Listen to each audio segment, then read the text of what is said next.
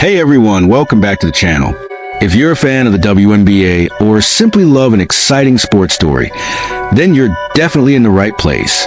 Today, we're diving into a topic that's been making major waves across the entire basketball world. The WNBA's massive ratings drop, while their superstar, Caitlin Clark, remains sidelined with an unfortunate injury. The league's owners have finally started speaking out, and let me tell you, the numbers are staggering, the reactions are intense, and the implications for the future of women's basketball are absolutely huge. So, grab a snack, get comfortable, and let's break it all down together.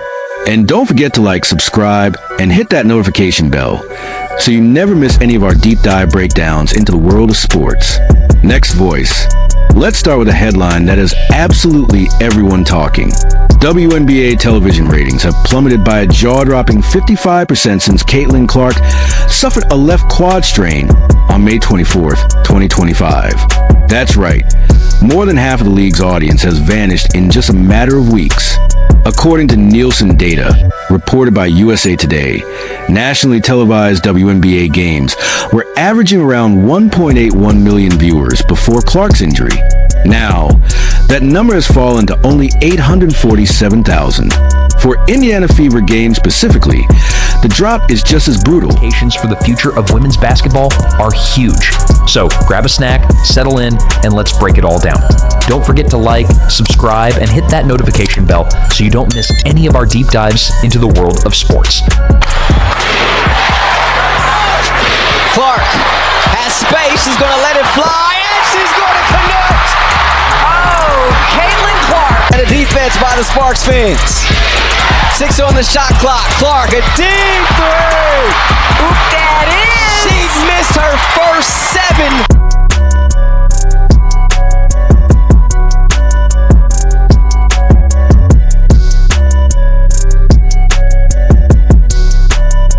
Caitlin Clark, the Indiana Fever's second-year sensation and reigning Rookie of the Year, has been sidelined for 5 consecutive games, and the impact is undeniable. Before her injury, she was electrifying court, averaging 19 points, 9.3 assists, and 6 rebounds per game, including a triple-double in the season opener. She's not just a player, she's a phenomenon, a ratings magnet who's been attracting crowds and eyeballs like no one else in the WNBA. But with her out, the league is facing a harsh reality. Its recent surge in popularity might be more about one superstar than the sport itself, and that's a serious problem. So, what are the WNBA owners saying? For the most part, they've remained tight-lipped, but few have started to break their silence, and their tone is a mix of concern and urgency. One team owner, speaking anonymously in a recent Sports Illustrated article, admitted, "We knew Caitlin was a big draw, but nobody expected the floor to collapse like this. We got to figure out how to keep fans engaged without relying solely on one person." Another owner, speaking to Yahoo Sports, called the situation a gut punch. "The numbers are brutal. We've been riding this wave of excitement, but it's clear we haven't built the foundation we thought we had." These comments highlight a growing realization. The WNBA's success cannot hinge on a single player, no matter how talented she may be. Fans, on the other hand, are not holding back. Social media, especially X, has been buzzing with reactions, and they're not pulling any punches. One user wrote, "What? I was told Angel Reese was the real draw. Could it actually have been Caitlin all along?" Another insisted, "The Caitlin Clark effect is real. People downplaying her impact are just haters." A third fan even mocked the situation with sarcasm. "You're not supposed to say that out loud. You must hate women if you point out the obvious." The sentiment is clear. Many believe Clark's absence has exposed just how much she drives the league's popularity. Some are even accusing the WNBA and its media partners of mishandling Clark's stardom. Analyst Rachel Dita has suggested that certain fans may actually be boycotting games because of how the league has treated Clark and her supporters. Let's pause on that boycott theory for a second. Dita, speaking on a recent podcast, argued that the ratings drop isn't just about Clark being hurt. It's also about how the league has marketed her.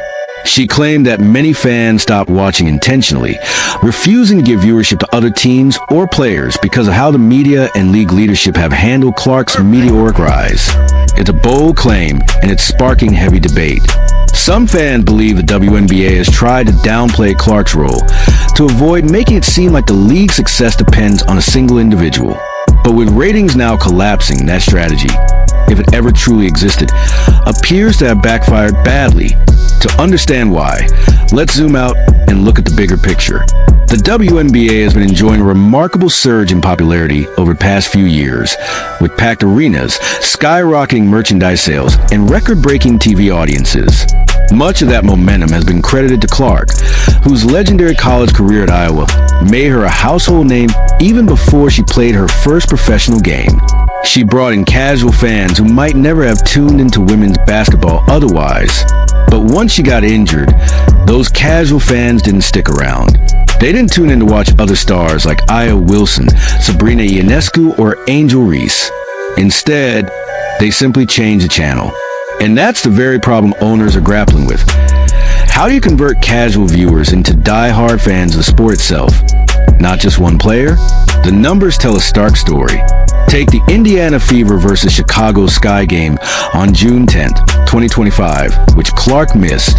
It drew 1.92 million viewers on CBS, making it the third most watched game of the season. Sounds good, right? But compare that to the Fever versus Sky season opener, with Clark on the court, which pulled in 2.7 million viewers on ABC. That's a massive drop. Even more telling, the WNBA All-Star Game in Indianapolis saw a 36% dip in ratings compared to last year, and ticket prices plunged from $121 to just $64 after news broke that Clark wouldn't play. Former NBA All-Star Jeff Teague summed it up bluntly: there go the views. And it's not just TV ratings suffering. Attendance is taking a big hit. Arenas that were selling out when Clark was playing are now dotted with empty seats. Ticket prices for some games have fallen to as low as $3. Yes, you heard that right, $3. The league was projected to surpass $1 billion in revenue this year, thanks largely to Clark's star power. But that momentum is stalling, and Clark's absence isn't the only problem. The injury to fellow rookie star Paige Buchers around the same time made things even worse, stripping the league of two of its most exciting young names. Combine that with competition from the NBA Finals, the Stanley Cup Final, and the French Open, and you've got a perfect storm that has left the WNBA struggling to keep fans' eyes on the court. So, what is the league doing about it? For now, the focus is on getting Clark back onto the floor. Indiana Fever coach Stephanie White has said the team is being cautious with her recovery, making sure she's completely healthy before returning. There's a little good news here. Clark has already begun ramping up her basketball activities and could be back as early as June 14th for a high-profile matchup against the New York Liberty. That game is already generating buzz, with fans and analysts predicting a major ratings spike if she plays. But here's the bigger question: what happens afterward? Will those viewers stick around long-term, or will they vanish the next time Clark misses a game? Owners know they can't simply rely on her return to solve everything. Talks have already begun about long-term strategies to build a sustainable fan base. One idea being discussed is emphasizing team rivalries and compelling storylines, similar to the classic NBA rivalries of the 1980s and 90s. Think Celtics versus Lakers, but in the WNBA. Another approach is to heavily market